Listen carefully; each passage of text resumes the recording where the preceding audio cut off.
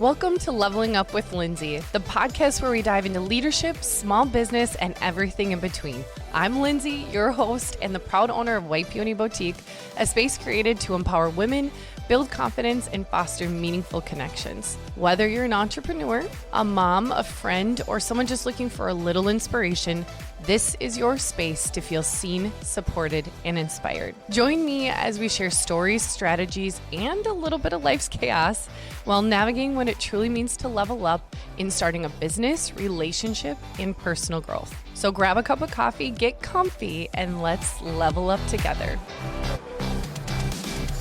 On today's episode, we're going to talk about just being yourself and how authenticity plays a role in business, leadership, and service. So I am so excited to introduce Benjamin Barrett here with me, who is a financial advisor, an active board member on the Indie Foundation, and an inspiring leader in our community. Welcome. Thank you for being here. Thank you for having me. I appreciate it. If there's anything about Ben, we've known each other for a few years now, and from different roles and different things.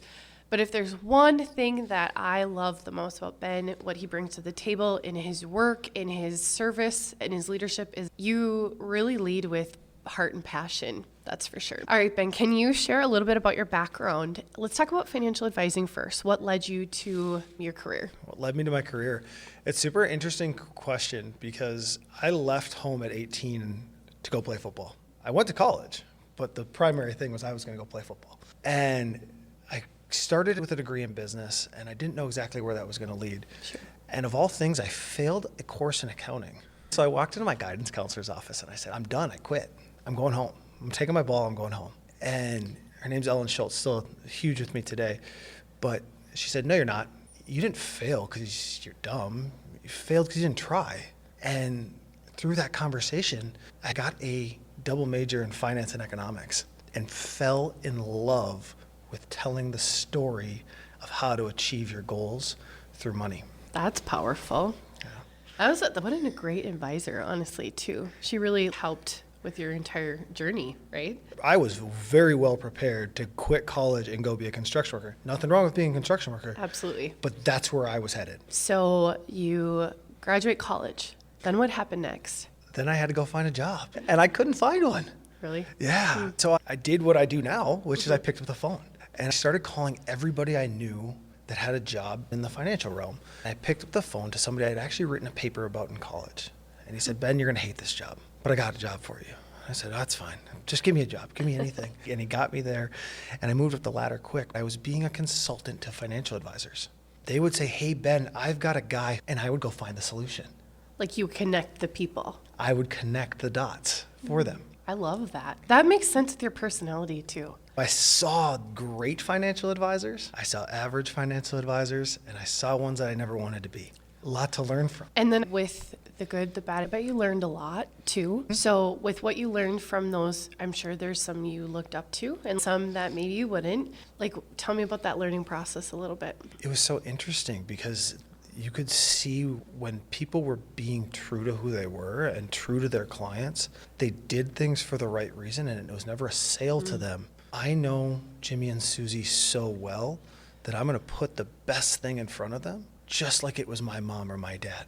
That's amazing. I have actually coached sales and flipping the script in my earlier career. We were very successful in what that looked like. It wasn't about the sales, it was about the people and connecting. That really hits home for me, and that's a whole different topic I could talk about for a long time. So could I. I think it's a great thing because it's genuine. When you want to get to know people, when you want to connect people, there's something really powerful about that. When, like you said, Absolutely. when you're doing business the right way.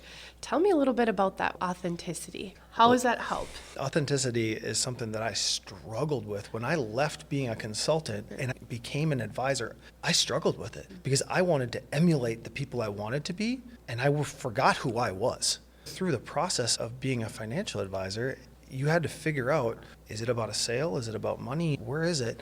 And like you said to start the podcast, I lead with passion. If I'm not passionate about what we're talking about, everybody can see right through me. Yeah, it's funny. When you lead, I look at you and I always like to say I'm an open book. And I kind of feel that with you a lot too. Like what you see is what you're going to get. I love seeing the real, true Ben, and I think you shine brighter because of it. I always say when you can, bring to the table Like, you hone in on your strengths, what you believe in, and your core values. And when you bring that to the table in how you do business or lead in the community or as a parent or as a spouse, when you hone in on those values and strengths, everything else is better because of it. And I feel like the universe listens. And, Right. The universe brings people to you that should be in your circle.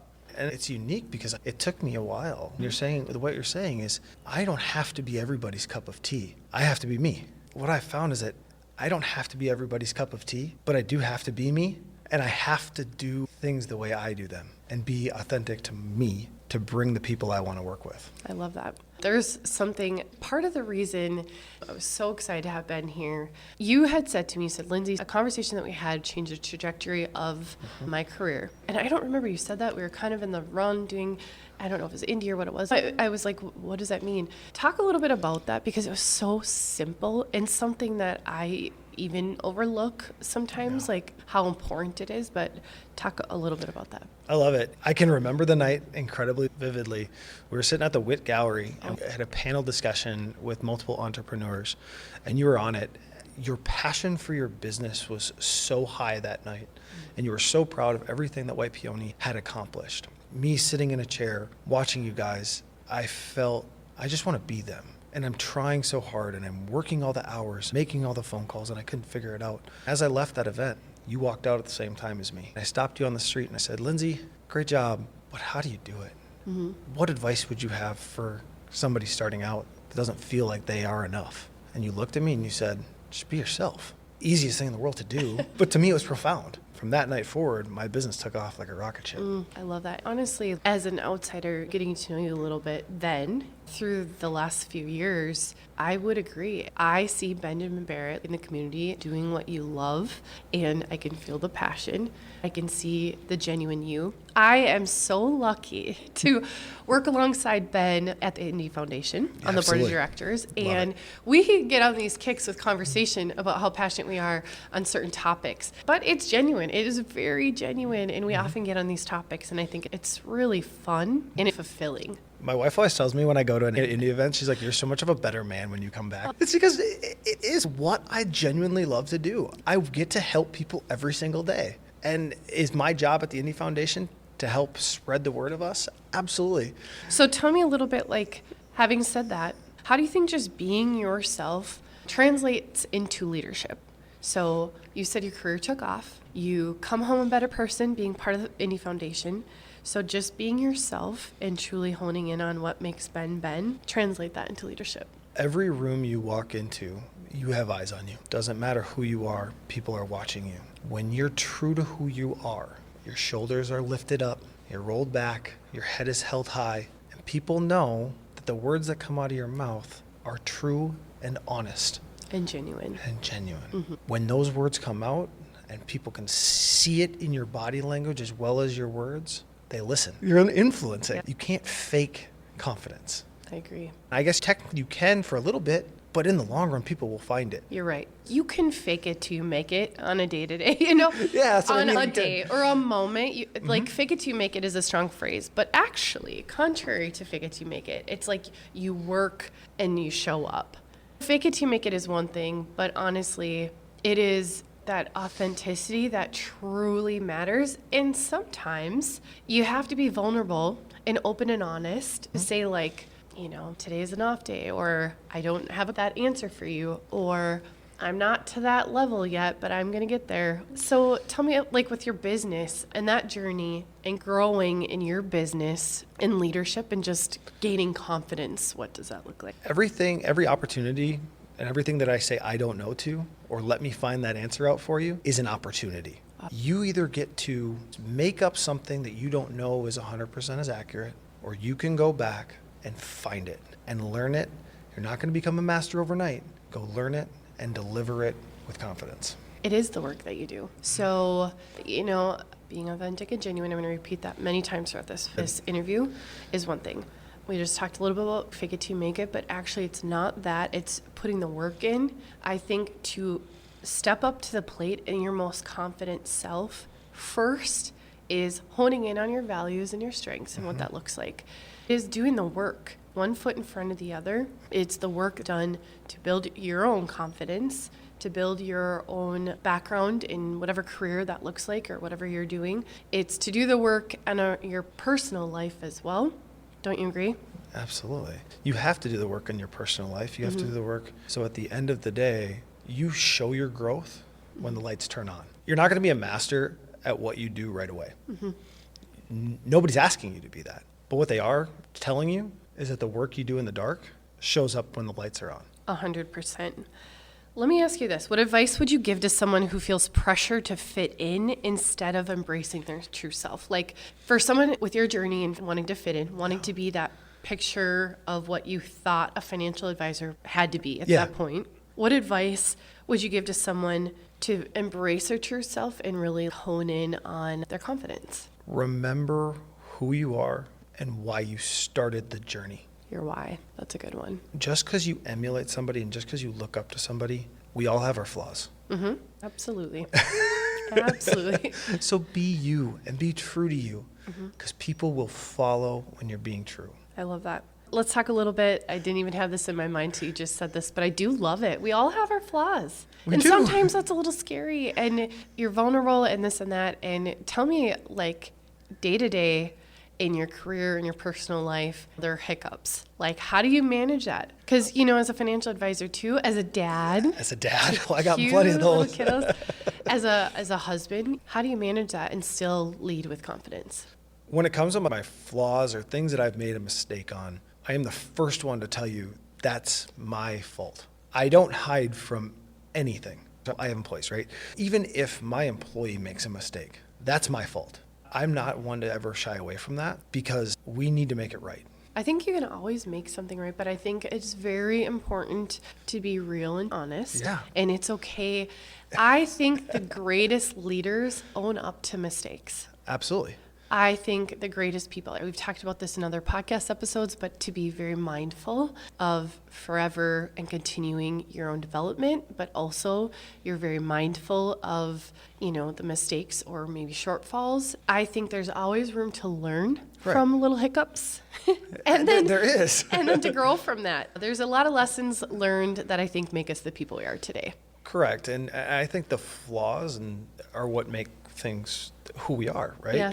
This might be breaking free from the podcast, but my grandfather was buried. We had to go get a cremation box. Sure. And we walked through and we saw this one in the back and it had scuffs. It was bronze. You could see that it was supposed to be beautiful, but it had obviously fallen off the truck and it had scrapes and scratches. And every one of us looked at each other and we go, that's his. Really? That's awesome. Because our lives put scratches in us and we change and we get better. But that's who makes us us. Yeah, your legacy. Your legacy is built. I didn't even think legacy was going to come part of this, but I love that thank you for sharing that, because I do believe that, you know, our confidence journey, our genuine life journey, that's what our legacy is about, you know? Like, I think it's not perfect. It's not going to be perfect, and that's okay. But I do think standing confidently in thinking about what your legacy left behind is going to look like. Thank you for bringing that up, because that is one of the more powerful things that I think about a lot. Thanks to my grandfather, who is a profound individual in my life. So confidence, legacy. It all matters. Here is a common denominator, I think, in the world that some people don't like to talk about, but many people struggle with imposter syndrome, especially in leadership. Ben, have you ever experienced imposter syndrome? And if so, what pushed you through? Yeah. Every person who's pushed their comfort zone has found themselves in a position to have imposter syndrome, right? You think about the term, if you feel like you're the smartest person in the room, go find a new room. Well, every time you find a new room, You get nervous. You get nervous. And you're like, why am I here? They're so much better than me. They're so much bigger than me. Their businesses are better. And for me, it's every time I found myself in that next room. I spent the last 5 years going to find new people and have conversations and introduce myself to people and have had it. But where imposter syndrome comes in, you just don't feel good enough. I'm not them. They've had a business for 20 years. Their revenue is X and mine's only Y. They do all of this great things and I'm not them. Sure. And the only thing that ever pushed me through was I'm in the beginning of my story. Oh, I love that. Nobody expected me to be on chapter 20 when I'm on page 5. one foot in front of the other based off what you had said, the trajectory of your career, is something that I hone in on with imposter syndrome. Imposter syndrome for me has come in different waves and in different forms. I remember the very first day I became a loan officer at the credit union I worked at, to an executive career, to owning a business. And actually, it's something that came from my mom's advice. She said, Lindsay, just be yourself. And, there are times imposter syndrome sometimes will trick your brain into thinking that you're not good enough, or thinking that you're not smart enough or funny enough or tough enough. But when my mom's like, just be yourself, and they'll see. So then I had to turn to myself. I had to look in the mirror, whether you look in the mirror, and you have to think, like, what makes me unique? And this is hard. Okay, I'm going to do this for myself. Actually, this is off the script. We don't have a script really, but I'm going to do this to myself, and then I would love you to do this to your own self. Okay. So if I look in the mirror, and even through young Lindsay till now, who's still young, by the way, I am not old. If I look in the mirror at young Lindsay, today Lindsay, and I would say, what gets me through that imposter syndrome, and to try to hone in on like kind of turning that confidence key a little bit. Here's what even unconfident Lindsay says to myself. This is what I bring to the table. I have a huge heart. I definitely lead every day with passion, and that's something not everybody carries. I'll say I have a big heart. I want to do good things. I'm a good person. I want to make the right decisions. I'm not here to shortcut anybody. I'm not here to ill will anybody. I am a good person. I'm really freaking motivated. Those are three things that, I've had to tell myself in different ways. Sometimes, your voice is shaky, but you're like, no, I am doing the right, I'm one foot in front of the other, and I might not have all the answers, but I am here to do the right thing, period. And sometimes that's all I have to do for me to kind of remind myself. And again, that was from younger Lindsay days till today, through different times. I had that voice kind of in my head. I had to remind myself that. So if you, Ben, had to work yourself through a little bit of imposter syndrome, whether you're looking in the mirror or not, young Ben till today, what would you say to yourself? What do you bring to the table? I genuinely care about people and their success. I agree with that. I'm willing to listen more than I talk. Love that. And that third one, at the end of the day, I want you to be the best version of you. Selfless. It's not about me. My career's never been about me. It's how do I make you great? That's a really powerful leadership statement. Sometimes when you're walking in a room with someone who's been in business 20 years versus Ben, who's been in, how long have you been a financial advisor? We're going on 6, yeah. Has it been? Okay. And that's a profound amount of time. It doesn't matter the time frame, but depending on where you're at in your day, sometimes you have to remind yourself of that. And I think that really helps with your confidence. Certainly. I think you remind yourself about those 3 things. They stick true no matter what, whether you're at a peak or a valley. If you can stick to those 3 things and look at yourself, what do I bring to the table and what am I good at? It doesn't matter your industry, your length of time in the business. Are you at an all-time high and or an all-time low? Mm-hmm. If you can look at yourself and say, I care about your success. It's more about you than it is about me, and I will always listen to you. Those hold true in every moment in my business. And every aspect of your life, really. And any aspect of my life. I love that. So those, powerful statements to kind of hone in on, but also, like, what habits have helped you stay grounded with who you are? I've got a 5'4" person who won't let me say anything different. My wife is my biggest cheerleader, but she's also the person that whenever I stray from my authentic self, she's the first one to make sure that I'm aware of it. And I would never be here without her. She's number one, right? That's, you can call it, she's not a habit, she's my wife, but that's number one. Number 2 is at the end of every month, when I look at things in terms of business, so at the end of every month, what did we do, what good did we do, and why did we do it? And that helps me reflect back to my 3 points. Sure, I love that. Surround yourself with the right people, step 1, and kind of reflection, I think, would be great. Correct. If you really want to talk about it in that sense, it's who do you surround yourself with? What voices are you hearing? Are you hearing good voices that do things for the right reason, that align with you? Or are you listening to the people that are cutting the corner? Well, you always say, like, I won't cut a corner and I'm going to do things the right way. And we have this conversation about perfection. Yes. Right? Yes. But if I'm listening to somebody that is not a perfectionist or is okay with cutting a corner, then I'm not going to reflect back positively on myself. Okay. I like that. And I kind of have my own way of where this could go, but Team Ben, you talked about having your wife as your backbone to ground you and say, hey, you, be you. But also, like, Team Ben, who do you surround yourself with specifically? It's a great question. One of my best mentors is a financial advisor. He's out of Oregon. Sure. And I used to sell to him. When I became a financial advisor myself, he calls me at 10 o'clock in the morning or 2 in the afternoon. It's 2-hour time. He either calls me at 8 a.m. his time or noon. And we talk on the phone probably 3 days a week. And he helps me understand, what are you doing and how are you benefiting it? So he's probably my number one mentor, somebody in the same industry as myself. Then I surround myself with really good business owners. Me and you talk on a regular basis. Yep. Kayla Keenan, the founder of Indy, talk on a regular basis. Yep. Wendy Gilk out of Gilk Services. Oh my gosh, she is one of the best business owners I've ever met. So I talk to her every week. I'm going to have to meet Wendy. Oh, you're going to need to meet her. She is one of the best business owners and the kindest souls and so true to herself. But I talk to her on a regular basis.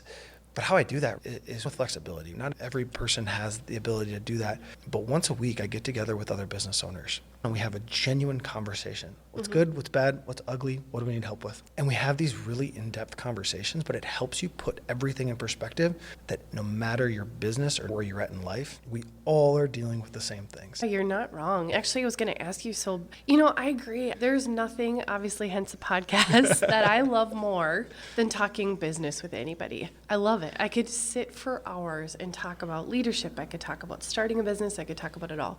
But, tell me a little bit about on a personal level. Who are the people that you surround yourself with? And this isn't a trick question. I'm very curious. I think it's a little different for everybody, but even for myself, I have an incredible tribe of people from all different walks of life. I think it kind of, for me, depends upon my truest friends are the most amazing humans on earth, but you do on a personal level. I have my closest go-to best friends that you tell everything to and look for advice. There are my group of friends that I know we're going to talk about leveling up individually, and on a professional level, we're going to go there. Personally, I love meeting with other leaders in the area because I know that I'm going to be inspired and I know that this conversation is going to go too long. There's a little bit of everything for me. I feel so grateful for I think everyone's tribe is a little bit different. And it's kind of, I would be curious to know who you surround yourself with and for someone else. That's awesome.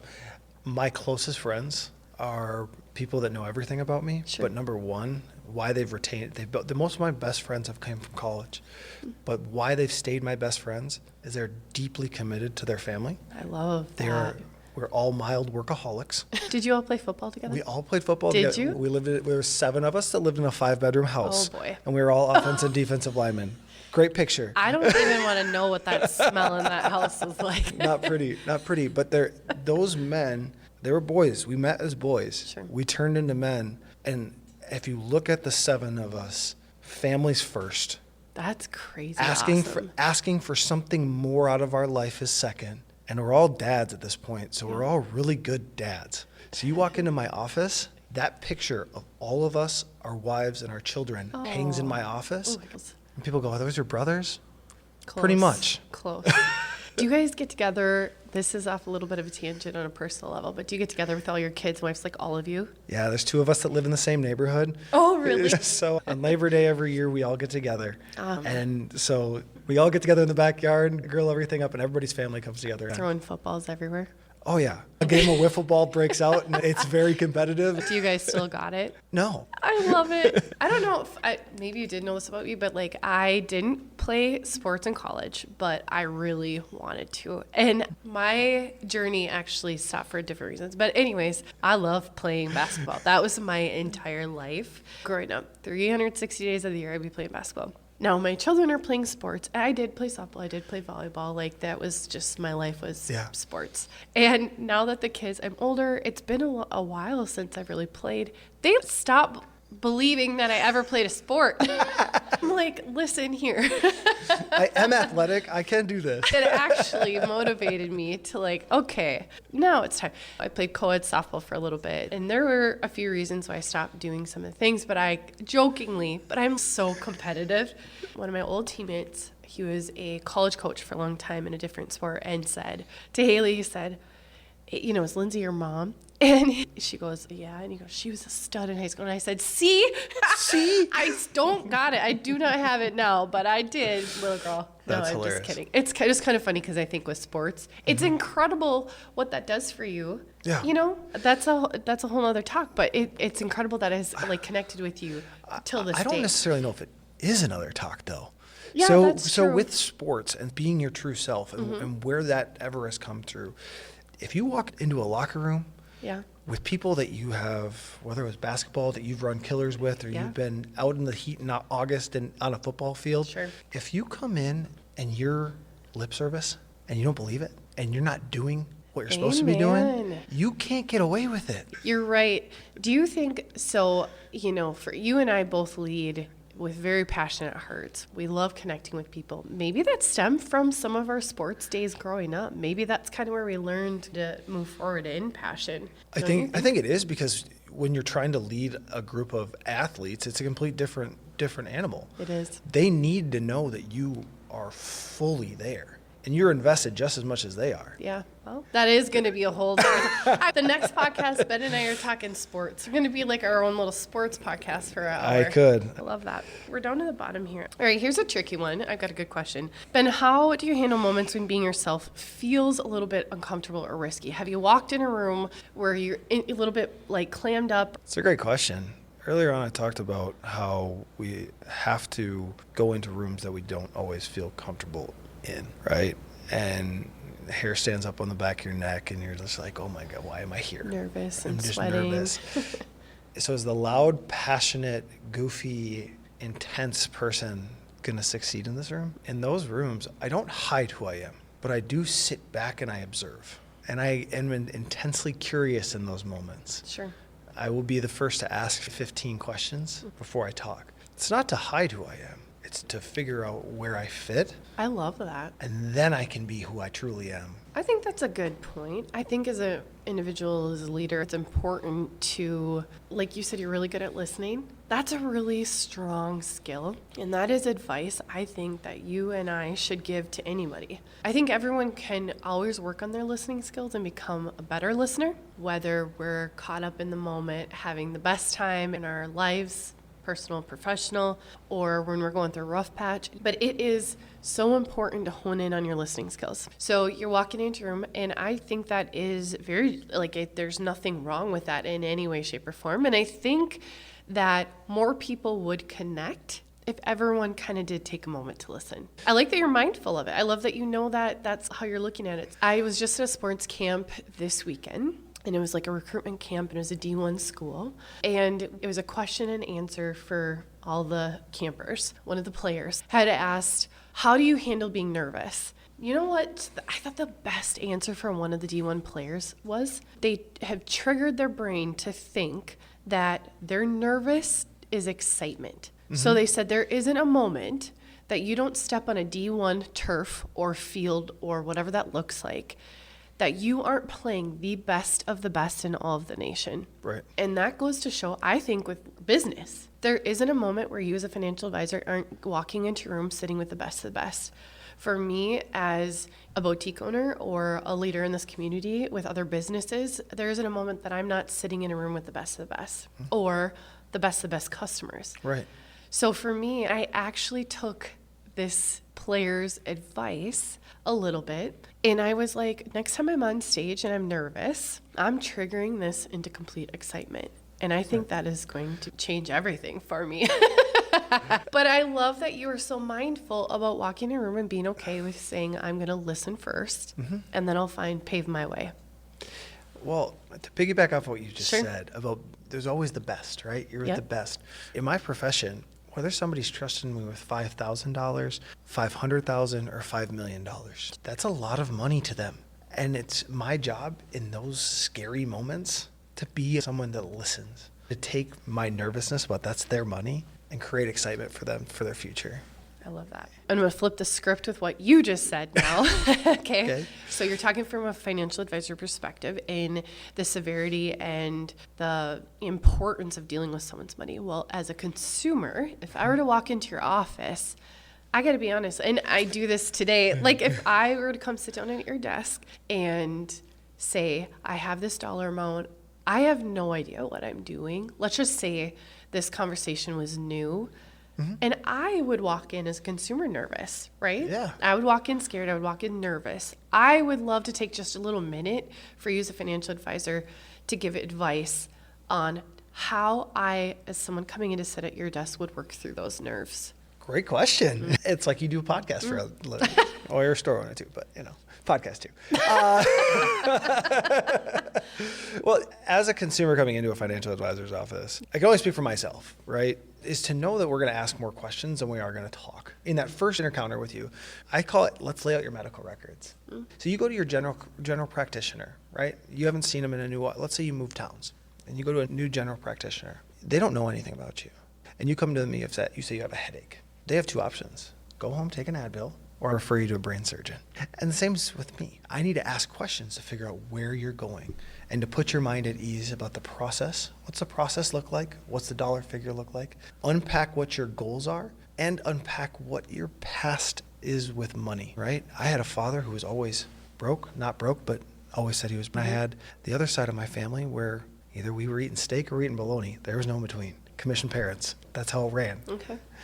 So I have to unpack what you're working towards, where we're headed, what your past is with money, and why we're here. But that's a lot of questions on my side where I'm asking for you to give me a glimpse into you so I can give you the best advice possible. So I would say for advice or someone coming to sit at your table, it's less pressure on the individual coming in and sitting down. You're alleviating the pressure on their shoulders, and you're genuinely curious on getting to know them, to connect with them, to make this process easier. If someone was going to come in, I believe that dealing with someone's financial situation can be very scary. But I believe when you are who you are, Ben, and you're so good at connecting with people, just sending that message out there, find a good fit for someone who you trust that is going to listen and connect with you, right? And try to eliminate, that's where the stress kind of goes away. Am I wrong? The stress, I think, is there's more of a stigma in the profession that people are there to sell you on stuff.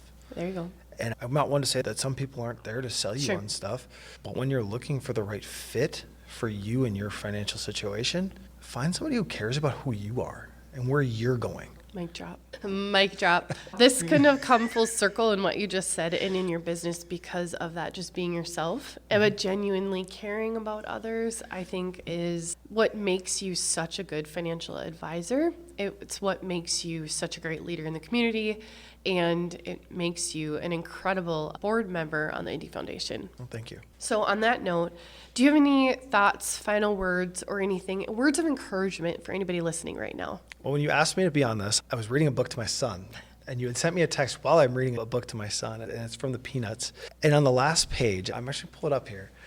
I have to do this because it feels so true to every single person. It says on the last page of this book, so take this to heart. The best thing to do is be the kindest and bravest, most wonderful you.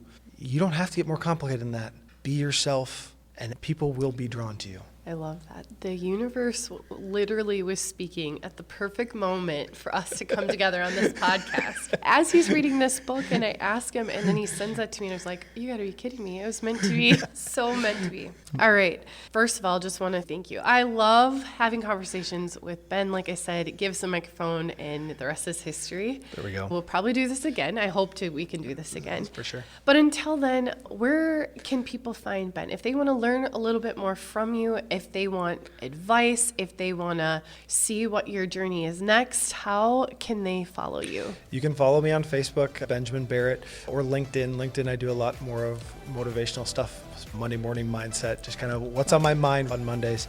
Try to be insightful. LinkedIn, Facebook are two great ways to do it. Or Google Ben Barrett Financial Advisor, you'll find me. Thank you so much for being here. Absolutely. I appreciate you. Thank you for having me. I appreciate you. Thank you for listening. If you found this information helpful, please share it with a friend. If you're looking for more information on the topics we covered, please head to the show notes below.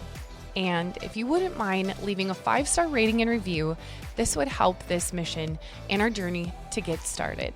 Let's make today and every day an opportunity to level up.